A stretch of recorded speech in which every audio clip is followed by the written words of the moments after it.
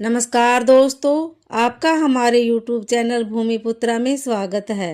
आज हम आपके लिए सोमवार व्रत की पौराणिक कथा लेकर आए हैं। सोमवार के व्रत को लेकर मान्यता है कि इस व्रत को करने से भगवान शिव अपने भक्तों की मुराद जल्दी पूरी करते हैं।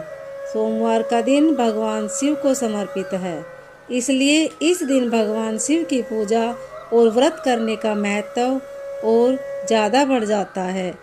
यदि आप सोमवार के व्रत करते हैं तो आपको सोमवार व्रत कथा पढ़ना या सुनना बेहद ज़रूरी है, क्योंकि इसके बिना आपका व्रत अधूरा माना जाएगा। इसलिए जानिए सोमवार व्रत कथा। देवों के देव महादेव बहुत ही भोले माने जाते हैं, इसलिए उनका एक नाम भोलेनाथ भी है।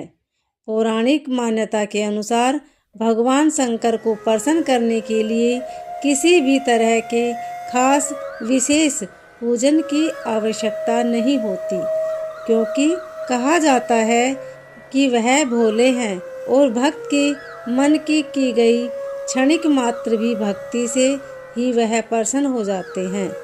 अगर आप भी शिव की भक्ति और कृपा पाने के लिए सोमवार का व्रत करते हैं तो इस कथा से भोलेनाथ को प्रसन्न कर सकते हैं। एक बार किसी नगर में एक साहूकार था।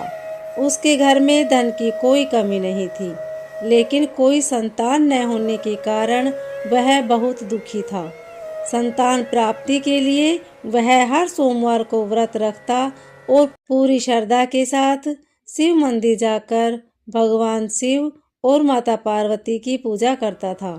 उसकी भक्ति देखकर एक दिन माँ पार्वती प्रसन्न होकर भगवान शिव से साहूकार की मनोकामना पूर्ण करने का निवेदन किया।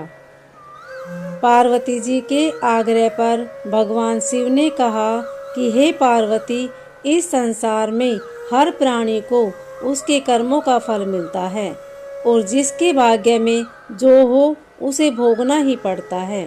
लेकिन पार्वती जी ने साहूकार की भक्ति देखकर उसकी मनोकामना पूर्ण करने की इच्छा व्यक्त की। माता पार्वती के आग्रह पर शिवजी ने साहूकार को एक पुत्र प्राप्ति का वरदान तो दिया, लेकिन उन्हें बताया कि वह बालक 12 वर्ष तक ही जीवित रहेगा। माता पार्वती और भगवान शिव की बातचीत को साहूकार सुन रहा था, इसलिए उसे ना तो इस बात की खुशी थी और न ही दुख। वह पहले की भांति शिवजी की पूजा करता रहा। कुछ समय के बाद साहूकार की पत्नी ने एक पुत्र को जन्म दिया। जब वह बालक 11 वर्ष का हुआ तो उसे पढ़ने के लिए काशी भेज दिया गया। साहूकार ने पुत्र के मामा को बुलाकर उसे बहुत सारा धन देते हुए कहा कि तुम इस बालक को काशी विद्या प्राप्ति के लिए ले जाओ।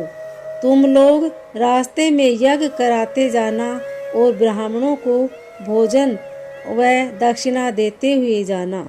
दोनों मामा भांजे इसी तरह यज्ञ कराते और ब्राह्मणों को दान दक्षिणा देते काशी नगरी निकल पड़े। इस दौरान रात में एक नगर पड़ा, जहाँ नगर के राजा की कन्या का विवाह था, लेकिन जिस राजकुमार से उसका विवाह होने वाला था वह एक आंख से काना था।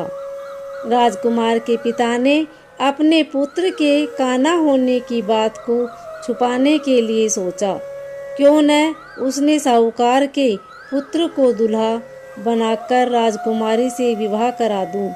विवाह के बाद इसको धन देकर विदा कर दूंगा और राजकुमारी को अपने नगर ले जाऊंगा।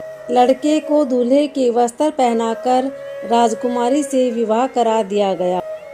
साहूकार का पुत्र ईमानदार था, उसे यह बात सही नहीं लगी, इसलिए उसने अवसर पाकर राजकुमारी के दुपट्टे पर लिखा कि तुम्हारा विवाह तो मेरे साथ हुआ है, लेकिन जिस राजकुमार के संग तुम्हें भेजा जाएगा वह एक आंख से काना है। मैं तो काशी पढ़ने जा रहा हूँ। जब राजकुमारी ने चुन्नी पर लिखी बातें पढ़ी तो उसने अपने माता पिता को यह बात बताई। राजा ने अपनी पुत्री को विदा नहीं किया। फिर बारात वापस चली गई। दूसरी ओर साहूकार का लड़का और उसका मामा काशी पहुँचे और वहाँ जाकर उन्होंने यज्ञ किया। जिस दिन लड़का 12 साल का हुआ उस दिन ही यज्ञ का आयोजन था। लड़के ने अपने मामा से कहा कि मेरी तबीयत कुछ ठीक नहीं है। मामा ने कहा कि तुम अंदर जाकर आराम कर लो। शिवजी के वरदान अनुसार कुछ ही देर में उस बालक के प्राण निकल गए। मृत भांजे को देख उसके मामा ने विलाप करना शुरू किया। संयोगवश उसी समय शिवजी और माता पार्वती उधर से जा रहे थे। पार्वती माता ने भोलेनाथ से कहा, स्वामी, मुझे इसके रोने का स्वर सहन नहीं हो रहा। आप इस व्यक्ति के कष्ट अवश्य दूर करें।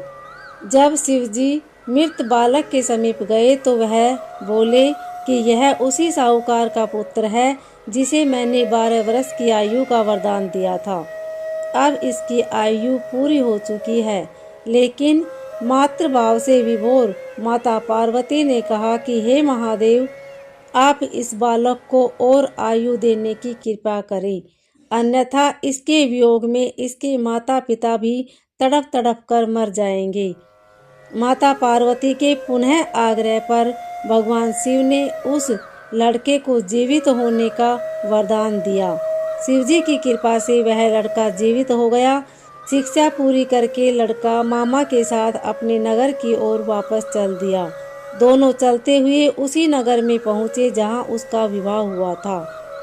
उस नगर में भी उन्होंने यज्ञ का आयोजन किया।